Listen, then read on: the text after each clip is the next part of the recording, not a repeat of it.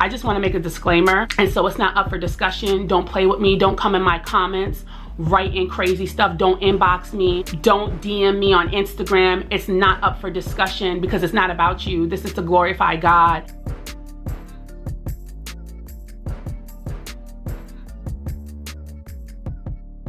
Hey, what's going on, guys? Welcome back to my channel. I'm Sierra for those who are new, and if you're a returning subscriber, what's going on?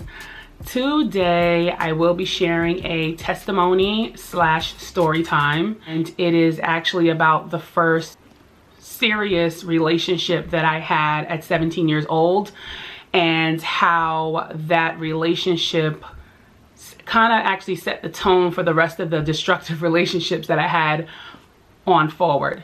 The reason why I'm sharing it is because the Lord actually began to deal with me when I was actually doing some writing. As I was writing, the Lord began to deal with me and minister to me in regard to the first traumatic relationship that I have had, that I'm actually going to be sharing the story time about.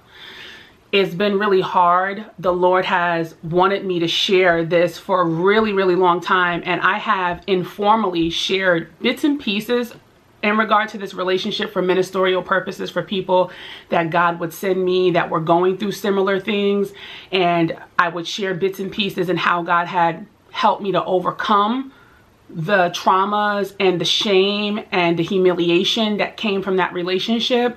But I actually never have told my whole entire truth in regard to the relationship, because I think a lot of us fear that we're gonna paint, especially if we had loved the person that we were in the relationship with, we don't want to paint that person in a certain light, you know?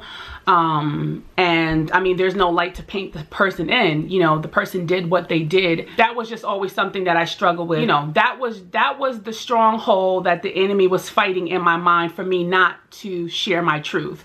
And the Lord had for some years now has been prompting me to share my whole entire truth in regard to this relationship. And I just want to go ahead and share with you what he had said to me while I was doing some writing. And so he said, "Sierra, you never processed your first relationship. You never properly went through the stages of grief." And I thought that was so powerful, because I thought it was so powerful when he began to talk to me about the 5 stages of grief. And the Lord is going to talk to you where you're at. And he knew that I would know what that meant. Anyone who works in the mental health arena, or if you work in the medical field, for those who don't know, there's 5 basic stages of grief. And that could be from a loss of a loved one. That could be from the loss of a job, a relationship, anything, in the loss of anything that you thought was going to be something and it wasn't. There's 5 basic stages of grief, and I like to call them DABDA so that I don't forget. And so the first stage of grief is denial. The second stage of grief is anger. The third one is bargaining. The fourth one is depression, and the final one is acceptance. For the Lord began to share with me how there's people that he needs me to share this relationship with, because it's going to set somebody free. It's going to unmuzzle someone's mouth so that they can tell their whole truth. It's going to liberate somebody who's watching this video. It's going to let people know that they are not alone, and that you are not the only one who has suffered shame, who has suffered trauma, who has suffered humiliation, because I was utterly humiliated and shamed in this relationship in every sense of the word. And as I tell the story, you know, you will see why. Yes, he said a lot of people have gone through these traumas just like you. And some people have lost their mind because behind things like this. Everybody doesn't take trauma the same way. Some people, they lost their lives. They killed themselves. They could not cope, and they could not bear with what happened. A lot of you have went through, just like celebrities, you've walked out your whole entire shame, humiliation, in front of the eyes of people who judge you. There's people just like me who have suffered through these same kind of traumas that came out of relationships. And it doesn't have to only be a boyfriend and girlfriend or a husband and wife relationship. It could be through, you know, platonic relationships, you know, people that you trusted. Behind this, I was called stupid. I can admit I was very naive. This was my first relationship. I didn't know the ins and outs of relationships. I didn't know really about red flags. This is, you know, I didn't know about boundaries. I didn't know about from boundaries. You're actually protecting yourself and you're teaching people how to treat you. I didn't know who I was as far as identity.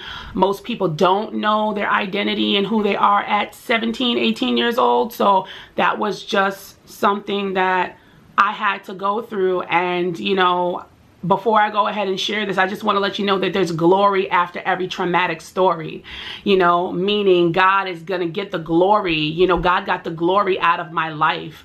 And still is getting the glory out of my life. You know, there was love after, I wanted to say love after lockup. Oh my gosh. There's love, you know, that calls for you and that will embrace you, and you will have your own struggles and things in other relationships, but there's people who will see you and accept you for who you are and love you there and into the place that God wants to grow you into. And so that these ugly relationships, these traumatic relationships don't have to color the way you operate in your present and moving forward. And so that was something that came out of it for me. And as I tell this testimony slash story time, you know, you'll understand what it is that I'm saying. So this is really hard, and I don't want to talk about this. I just want to make a disclaimer before I even begin to share this. Anyone who was a part of my life during that time and think they knew what happened, or they think that they heard the whole story, you didn't, you haven't. Some of the things I'm going to share, I never shared with anyone, and so it's not up for discussion. Don't play with me. Don't come in my comments writing crazy stuff. Don't inbox me. Don't DM me on Instagram. It's not up for discussion because it's not about you. This is to glorify God. There is glory after every traumatic story. And so, being said all that, let's go ahead and proceed with the story. Takes place about 18 years ago, and I was 17 years old.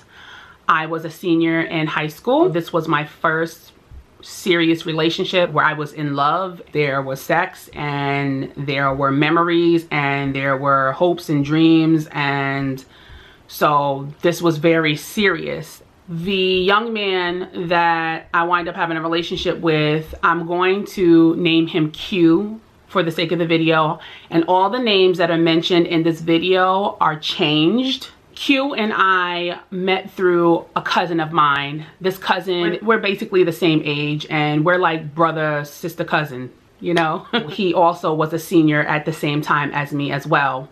1 year prior, which would be 2002, I actually went to another school district, and I was actually moving back down to my hometown, and I was really excited because I would be reuniting back with friends that I had had since pre-K, and I hadn't seen them since I was probably about 11 or 12 years old. So it was a really long time. That summer prior to senior year 2002, I was outside and I was hanging out with my cousin, and my brother cousin says to me, yo, you know, I got a friend of mine, he was crushing on you because I had your picture that I took of you last week in my locker. And so he then tells me, yeah, his name is Q. He just wanted me to tell you that he's ready for you. And so, you know, I heard it, and, you know, I kind of just, you know, rolled my eyes like I normally do and laughed it off. It never actually came up again. I moved back down in the June of 2003 prior to senior year, and we were hanging outside again. My brother cousin mentions again, yo, my boy Q wants to know, like, what's good with you? He's crushing on you, and he wants to let you know that he's ready for you. Like, you know, he's excited to meet you, you know. And so, same attitude. I didn't go further to be like, oh, what does Q look like or whatever. My mindset at 17 years old, like, I wasn't even like that. I wasn't that kind of girl that was like boy hungry. Like, of course I liked guys. I thought they were cute and stuff like that. But where I was at that time, you know, I was really feeling good about myself. I was ready to just zoom through this year and get to college and just start my whole entire life. You know what I mean? So as we're talking, I had some older cousins. They were probably about 10 and 12 years older than us. And they was always eavesdropping on our conversation all the time. And they overheard Q's name, and Q's very well known. Like I said, from where I'm from, if you guys can't tell by the accent, I am a proud New Yorker. And where I live in New York, Q and his family is very well known, to the point where our parents actually had went to school together. I think from like all the way from elementary to high school. Like our parents had known each other their whole entire lives pretty much, okay? They hear Q's name and they're like, oh, Q, you mean Q that live over here? Oh no, you know, they're like, oh no, you don't want to talk to him. He's this, he's done this, he's been with this person, da da da da. If you don't want to get played, like he's a gallus, he like, you know, all over the place. Like, you don't want that. Like, I'm hearing this and I'm just like, you know, Q didn't even have a chance. Moving forward, we go to the first day. That was about 2 weeks before the first day of school started. First day of senior year, you know, coming in and they're having orientation in the auditorium. And I'm catching up. I'm seeing all of the people I went to school with since I was in pre-K. So I was really happy, you know, it was a reunion, you know, I was having a really good time. All of a sudden I'm interrupted because here comes Q beelining towards me. And so he walks up to me and he's like, so we're gonna just name my cousin Black, okay? So he comes up to me and he goes, oh, you must be Sierra Black's cousin. And I said, and you must be the one that everybody told me to stay away from. He did a smirk and he was like, cute, you know, whatever. And so then I felt like the chase was on then, you know. I really wasn't interested in him. I didn't like how he came up to me and he thought like he just had it in the bag. Like, who do you think you're talking to? I've always been feisty like that, okay? Homeboy wore me down like Stephen Q. Urkel. Like, dude was really putting in some work. Like, I'm talking about when I'm going to classes, dude is coming to the class, he's taking my books, you know, dude is having the whole chain letter thing. Like, he's not even in my class and I'm sitting in the class and then I see like a note being passed from like the front of the class all the way through to me and they're like, yo, this is from Q. He just want to let you know, like, you know, he's here. You know, I started to get to know him and stuff like that, and you know, he was cool. And being that I found out, you know, that my mom knew his parents and stuff like that, you know, I felt a little okay about the relationship. Towards the end of September, I wind up saying, okay, you know, like, we could do this relationship thing and give it a try. When we started the relationship, it was good. Like, it was out of some Save the Last Dance / She's All That. Like, it was great. I was really experiencing things that I had saw like in the movies, that, you know, like people who are dating actually do this. He was really sweet, you know, and we hit it off. We were very compatible. We got along, and he was very outgoing, and he was very he was popular and a well-known person in a good and a bad way. It depends who you were talking to. You know, homeboy was it. Like, you know, homeboy could sing, homeboy could dance, he could play instruments. Like, I would go with him to the studio. As the relationship was moving forward, I mean, he would do things like he would put effort. Like, he was thoughtful, you know. I had come home from work and I had saw like my whole room was clean, my bed was made, my laundry was folded and put away, and I saw flowers and a note on my bed. Like, he would do things like that, like letting me know like, yo, I care about you, like, I love you and stuff like that, you know. Chemistry like that exists. Like, I ain't never felt nothing like that in my life. Like, when he first kissed me, it was like electricity, literally. It was like electricity. So like, when people be saying that stuff, you think they just saying that stuff in books, but I actually experienced that. And I can't say that I was making it up because I had never experienced that before. So it was like, what was that? You know, even our first Christmas, you know, it was really thoughtful, you know, it was thoughtful and it was amazing. I actually had a bracelet that was from my man. For those who don't know Creole, man means your godmother. And so my godmother was a very, very strong pillar in my life. God rest her soul. Her mother had passed away, and before she passed away, she actually gave me a bracelet that was from Haiti, and it was either 14 or 18 karat gold. It was very, very, very expensive Haitian gold. And on the bracelet, it was the Rose of Sharon. That's actually what they call Jesus. He actually had a promise ring he made into the same exact thing as my bracelet, and that was my promise that he wanted to marry me. And so you know, our family, like I said, like, they loved it. Like, even to this day, I run into his parents, and his parents are like, you know, he's dumb, you know, he's dumb, my son is dumb. So he was a very, very caring and loving person. But in front of other people, he craved attention and he would do things. We hadn't had sex yet, and probably until about maybe 4 months of us dating. We went to this homecoming dance. You know, I had never went to a dance, and my mom was like really kind of strict and kind of kept me and my sisters and stuff like that in the house. We do matching royal purple and black, I think it was. And so we're having a good time. His close friend at the time's name, we're gonna call him Sam, and Sam and I are actually still really good friends today. And he's like the brother I never had. And so Sam was there with his girlfriend at the time, and you know, Q and I are there, and we just danced it up. Like, that was our thing. We danced and we danced. Anyone who knows me knows I love to dance.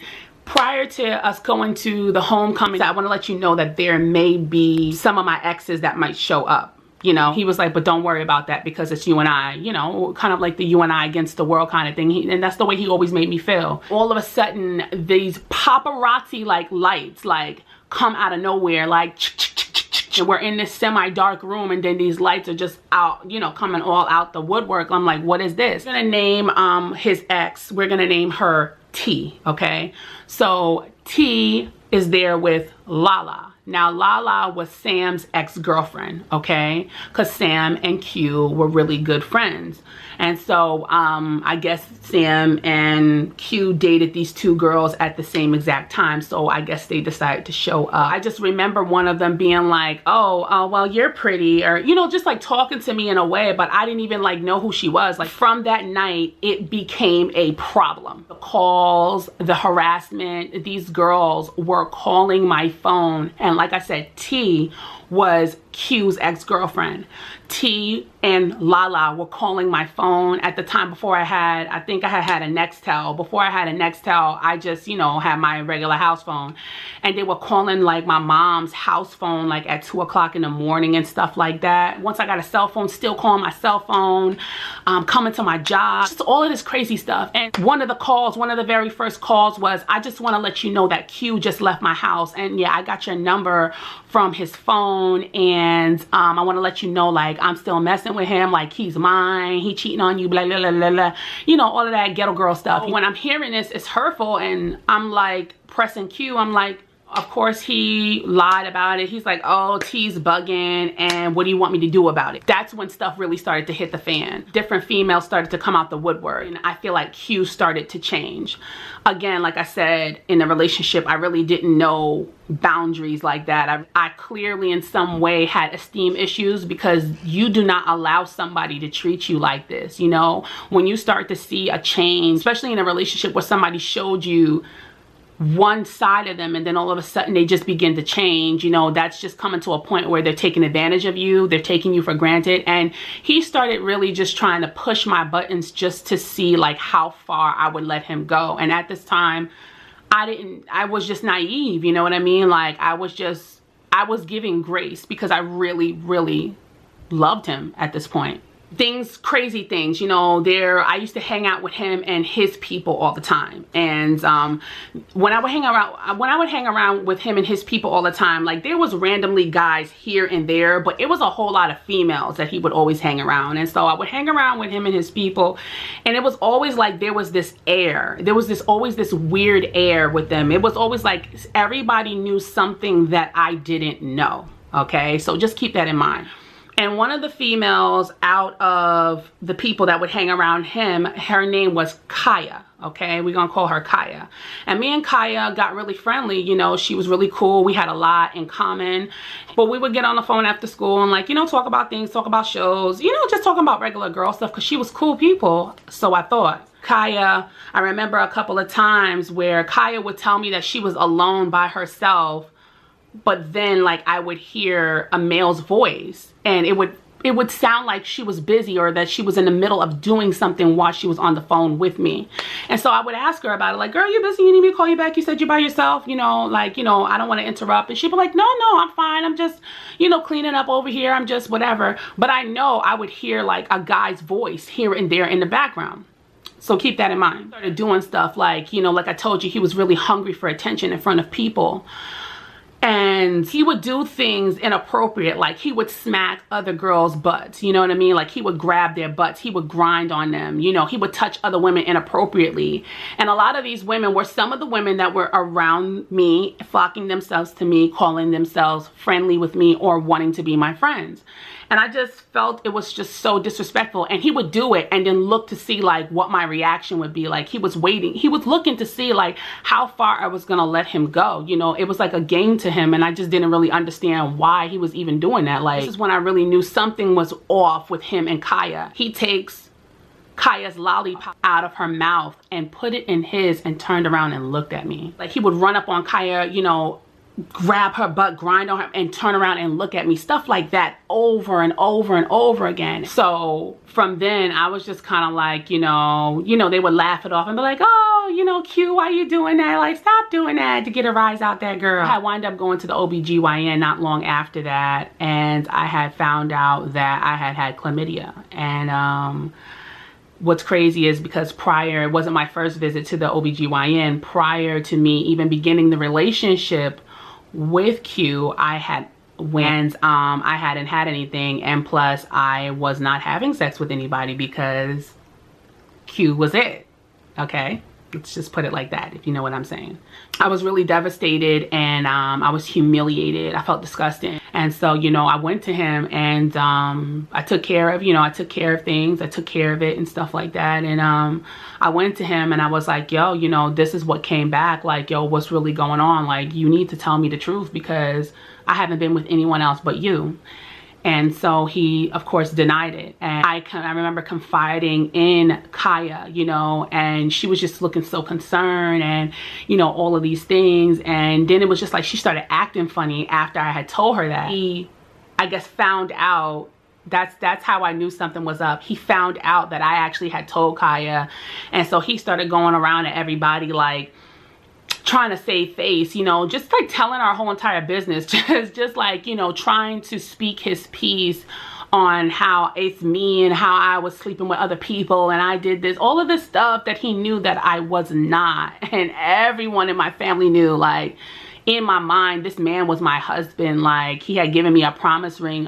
We was really serious. We had goals. Like, we was going to be on some dumb stuff, being like, oh, we going to get married at some 18, 19 years old, you know, kind of stuff. So I wasn't imagining things and making up things in my mind. Like, this was a very serious relationship to me at being 17 years old. You know, one of Kaya's really close friends. As a matter of fact, this one was Kaya's best friend. And Kaya's best friend comes to me and she was like, I can't take it anymore. She's like, Kaya has been having sex with Q the whole entire time that y'all been together. And as a matter of fact, Kaya and Q used to date before you even got here. I was just blown away. You know, I had no knowledge of this. Like, you know, he had been open about certain people he dated, but it never had Kaya been mentioned that she was his long-term girlfriend prior to me.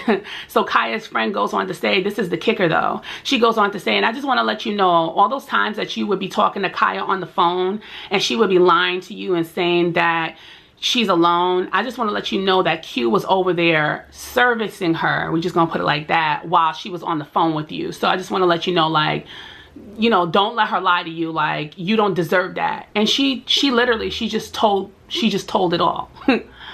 I was heartbroken. I felt humiliated. This was the everything that everyone knew. That air I told you that was there. Like, everyone knew something that I didn't know. I went and I pressed Kaya about it, and Kaya, you know, she denied it at first, but then when she found out her friend had told me, it was like, well, yeah, I did it, and what? Like, no remorse, no nothing. And, you know, okay, that's fine, that's cool, you know, but that's grimy, you know, to sit and to befriend someone a whole entire year. Y'all talked about everything. I even shared some details, you know, and things I was going through in my relationship with him. And she sat there and she listened, but she was sleeping with my man the whole entire time. And, like, it was crazy to me. The drama started to hit the fan now. All these other chicks now started to surface, you know. I had other chicks that one of them name was Jenny. Jenny was in my face every day. We was cool and Jenny was sleeping with him. There was other chicks like Barbara, Brianna, you know, I can name between 5 to 7 to 8 different chicks that was sleeping and everything added up. Everything, dates, times, places that he said that he was, then he wasn't. If he wasn't with me, like all of it added up. And on top of that, he was also sleeping with T. You know, this is why she felt that she needed to fight me every 5 minutes coming to my job and calling my phone to let me know, because, you know, this was the game that Q was running. It was devastating to me because I trusted Q, then had the audacity to lie. After coming out of that relationship, I went into a really deep depression.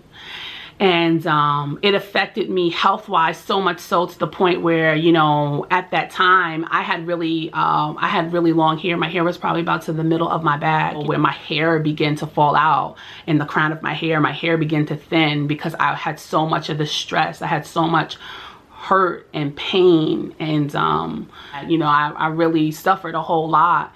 Even revealed to me now that they were good, decent people that he had sent to really, you know, have a relationship with me. There was about 2 other relationships where these individuals wanted to marry me, and I couldn't, you know, in my heart, I was broken up. But then in my heart at the same time, like I was saying, the stages of grief that God was talking to me about, I would go into the denial, I would go into the anger, I would go into the bargaining, you know, the denial that maybe, you know, okay, we're gonna work through this, you know, we're gonna get back together. Or, you know, the anger that I, you know, hated them, you know, and or I hated myself, and I hated it, the whole entire world, you know, or the bargaining, if I did this better, if I was more like this, you know. And what it made me think about in the area of the bargaining, he was always criticizing me. He was always critiquing me, you know. It was like he was always trying to make me into somebody else, maybe that he was with, or he was always trying to change me. I wasn't ever good enough. I overlooked all of his flaws and all of his shortcomings, and he had a lot, you know, but I didn't see that. I saw the best of him, even though he was doing the worst to me. You know what I mean? You know, he would always even body shame me. Like, he was used to dating bigger girls. I guess he was considered, like how people say, like, I'm a chubby chaser. At the time, I was not. I was a, if you want to say, considered slim thick. You know, I'm 5'7", so I was always been thick. And he would make fun of me, like, I'm not a 300, 400, 500 pound girl like he liked, you know. And so he would say things like that, like, oh, you know, you're the smallest girl I ever dated, like, you too small, like, you know, stuff like that. It was just crazy to me. God began to reveal to me that the stages of grief I never processed in this relationship. You know, I was going to certain stages and never getting to the point of acceptance, accepting the things that my heart didn't want to accept, that, yo, you made the right decision to break it off with this individual. And don't get it twisted, you know, even between that relationship ending, several years after the relationship was dead, this person kept coming in and out of my life like a revolving door. And I gave up, so they didn't ask me to do it, but, you know, in the name of love, I gave up a lot of opportunities. You know, I remember I was going to go study abroad in London. That was my dream, to go study abroad, go to college in London. Like, that's still my dream, you know, to still go to London and stuff like that. I always wanted to live there as a child, and I had the opportunity, and here came this person back into my life. And I dropped that opportunity thinking, you know what, this is love. Like, we're gonna make this work. And I stayed at a community college thinking that this, in my mind, like, you know, this is gonna work. Like, you know what I mean? They came back again. Okay, this time it's gonna work. And it never worked. They just left again and just would leave me broken. They would come and get what they wanted from me, whether it be sex or whatever it was that they wanted, and they would just leave, you know?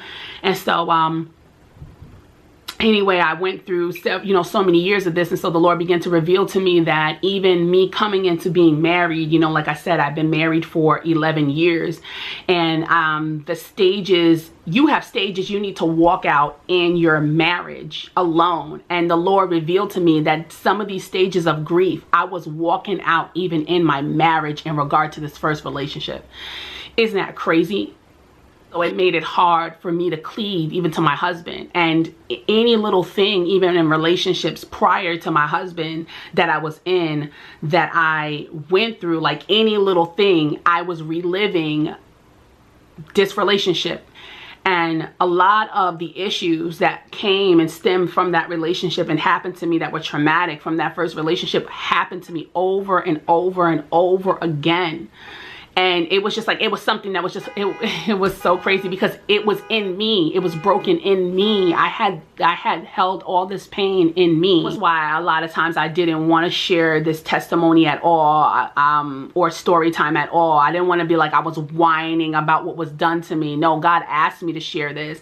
And because there's other women and men, this is for men too, that this has happened to, and God wants to let you know, like, he wants to get the glory out of your story. Like, there's glory after every traumatic story. I went on to be with somebody. I went on to have a beautiful life, you know, and I thank God that he's still making things beautiful in his timing. I'm walking out wholeness and being healed and healthiness, because that's the overall, you know, you could be healed in an area, you could be whole in an area, but walking out that healthiness in every area of my life, especially in relationships, God mending those things, you know, and it's spilled over into so many areas of my life, the decisions that people make, the things that people do to you. I want to let you know that you can forgive people who do things to you like that. You know, I can never actually forget the things that were done to me, but I tell you, they're not in the front of my mind. I tell you, when I think about them, there's no sting there. When I tell you, I don't hate this individual, you know, I wish them the best, and I pray that God bring them to a place where